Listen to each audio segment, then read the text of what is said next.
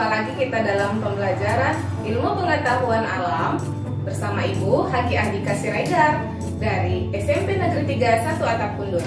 Anak-anak, seperti biasanya, sebelum mengawali pembelajaran, mari kita berdoa menurut kepercayaan kita masing-masing agar pembelajaran yang saya sampaikan hari ini dapat berjalan dengan lancar dan bermanfaat bagi kehidupan kita sehari-hari. Berdoa dimulai, berdoa selesai. Anak-anak semuanya, pada pembelajaran sebelumnya kita sudah mempelajari tentang lapisan atmosfer. Dan pada pembelajaran kali ini kita akan mempelajari tentang lapisan litosfer. Adapun tujuan pembelajaran kali ini, anak-anak diharapkan mampu untuk yang pertama menjelaskan konsep litosfer. Yang kedua, mampu untuk menjelaskan karakteristik litosfer. Dan yang ketiga, anak-anak mampu untuk menjelaskan bencana dari litosfer dan pengurangan resiko bencana.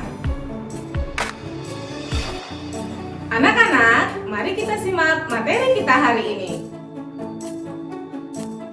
Tentu kita sadari bahwa permukaan bumi kita akan selalu mengalami perubahan. Misalnya gunung meletus, gempa bumi, terbentuknya lipatan dan patahan. Lalu, pernahkah kamu bertanya-tanya, mengapa bumi kita ini mengalami perubahan? Kenapa gunung bisa meletus? Bagaimana terjadinya gempa bumi? Atau, kenapa bisa terjadi patahan? Semuanya akan kita bahas pada materi litosfer.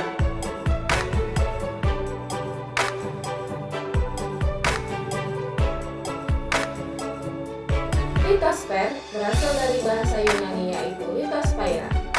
Litos berarti batuan, sedangkan spaira berarti lapisan. Secara harfiah, litosfer dapat diartikan sebagai lapisan batuan yang ada di bumi. Litosfer terdiri dari 3 lapisan. Lapisan yang paling dalam yaitu inti bumi. Inti bumi tersusun atas, inti dalam, dan inti luar. Di atas inti bumi ada mantel bumi yang tersusun atas, mantel bawah, dan juga mantel atas. Di atas mantel bumi, lapisan yang paling luar yaitu kerak bumi, tersusun atas kerak samudra dan kerak benua. Berdasarkan struktur bumi, ada 2 teori mendasar yang perlu kita pelajari, yaitu teori tektonik lempeng serta teori gempa bumi dan gunung berapi. Teori tektonik lempeng. Coba kita perhatikan gambar peta dunia ini. Jika kita memotong gambar masing-masing benua yang ada, kemudian menyatukannya kembali, maka potongan benua tersebut akan membentuk kesatuan seperti sebuah puzzle. Berdasarkan fakta tersebut, seorang ahli meteorologi asal Jerman bernama Alfred Wegener mengajukan sebuah teori yang dikenal dengan teori pergerakan benua atau continental drift. Dalam teorinya, Wegener menjelaskan bahwa pada zaman dahulu, semua benua di bumi menyatu membentuk sebuah daratan yang sangat luas yang disebut Pangea. Sekitar 200 juta tahun lalu, benua tersebut terpisah dan bergerak menjauh secara perlahan. Selain fakta benua yang ada di bumi seperti puzzle, penemuan fosil juga mendukung teori pergerakan benua. Salah satu buktinya dengan adanya penemuan fosil Mesosaurus di benua Amerika Selatan dan juga benua Afrika.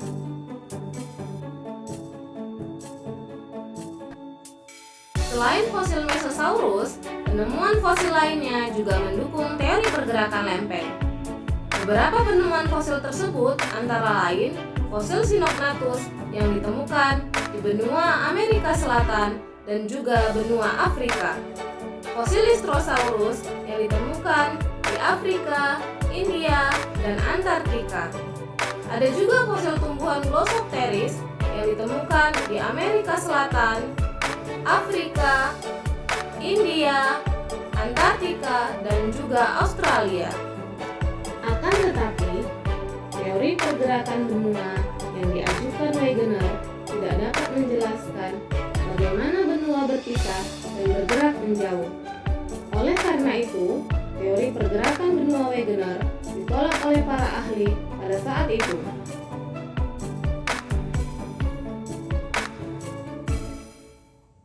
Pada awal tahun 1960, seorang ilmuwan dari Princeton University yang bernama Harry Hess mengajukan teori yang bernama seafloor spreading atau pergerakan dasar laut. Hess menjelaskan bahwa di bawah kerak bumi tersusun atas material yang panas dan memiliki massa jenis yang rendah. Akibatnya, material tersebut naik ke punggung kerak samudra. Kemudian, material bergerak ke samping bersama dasar kerak samudra. Sehingga, bagian dasar kerak samudra tersebut menjauh dari punggung kerak samudra dan membentuk sebuah patahan. Karena dasar kerak samudra menjauh sehingga terbentuknya patahan, maka magma akan naik ke atas dan mengisi patahan tersebut. Magma yang telah sampai ke patahan akan mendingin dan membentuk kerak yang baru. Teori seafloor spreading ini mampu menjelaskan bagaimana proses terbentuknya lembah maupun gunung di bawah laut. Sekitar tahun 1960, para ilmuwan mengembangkan sebuah teori berdasarkan teori continental drift dan seafloor spreading. Teori ini dikenal dengan teori tektonik lempeng. Berdasarkan teori tektonik lempeng, bagian luar bumi tersusun atas litosfer yang bersifat dingin dan kaku, serta tersusun oleh astenosfer yang bersifat plastis yang berada di bawah lempeng. Akibatnya, lempeng seolah-olah mengapung dan bergerak di atas astenosfer. Apabila dua lempeng bergerak saling menjauh, lempeng tersebut bersifat divergen. Hal ini terjadi pada lempeng Indo-Australia yang bergerak menjauh dari lempeng Antartika. Selain itu, ada juga lempeng Amerika Utara yang bergerak menjauh dari lempeng Eurasia.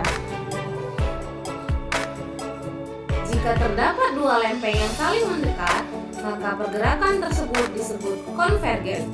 Beberapa lempeng yang bergerak konvergen antara lain lempeng Indo-Australia dengan lempeng Filipina, serta lempeng Indo-Australia dengan lempeng Eurasia. Pergerakan lempeng secara konvergen akan mengakibatkan tabrakan antar lempeng. Akibatnya terjadi fenomena subduksi dan tabrakan antar benua.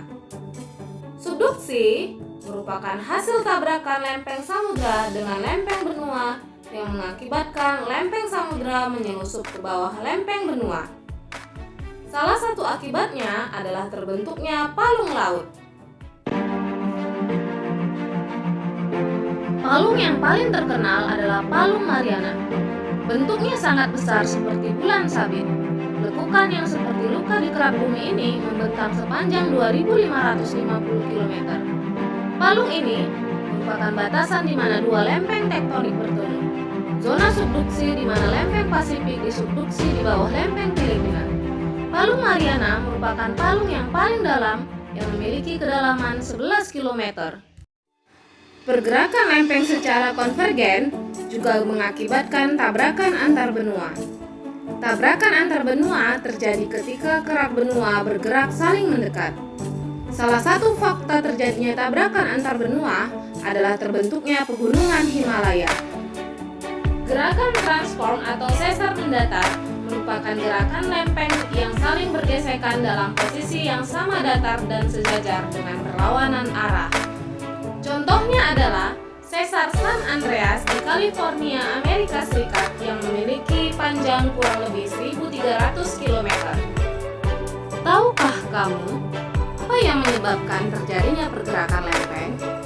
Menurut teori, pergerakan lempeng terjadi karena adanya pemanasan material bumi di bagian inti bumi yang bersuhu sekitar 6.000 derajat Celcius, sehingga material tersebut naik dari bagian bawah mantel bumi ke permukaan mantel.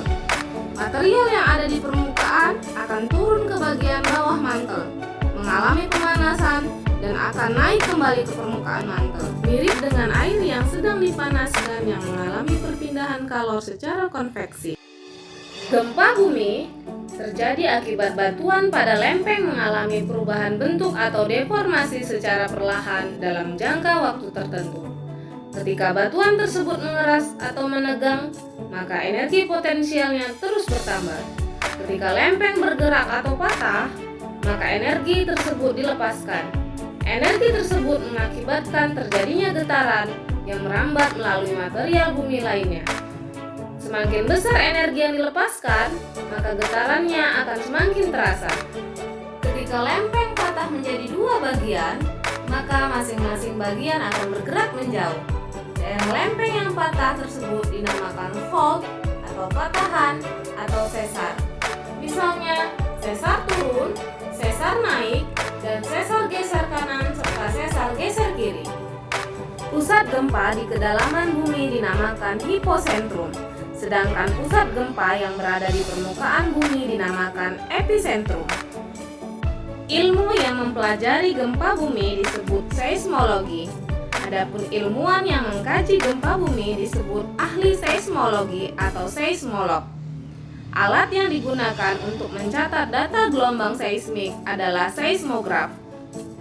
Gempa bumi yang terjadi di dasar laut dapat menyebabkan gelombang besar dan kuat yang mendorong air laut ke daratan dengan kecepatan 500 sampai 1000 km per jam. Gelombang tersebut biasa dinamakan gelombang tsunami.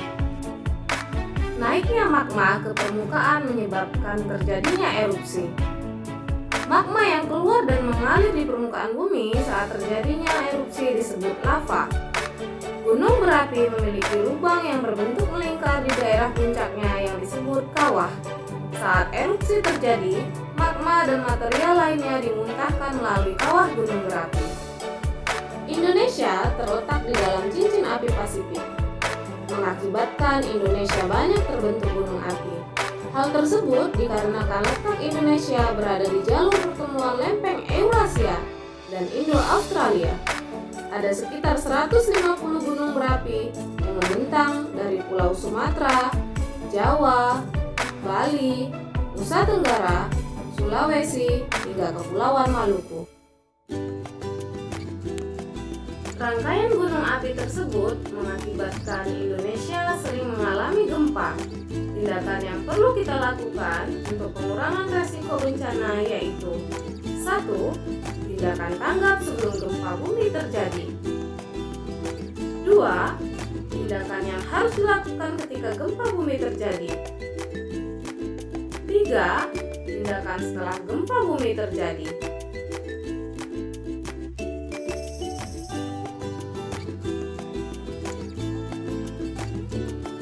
Untuk mengukur pemahaman kamu pada materi ini, maka kamu dapat mengerjakan soal berikut.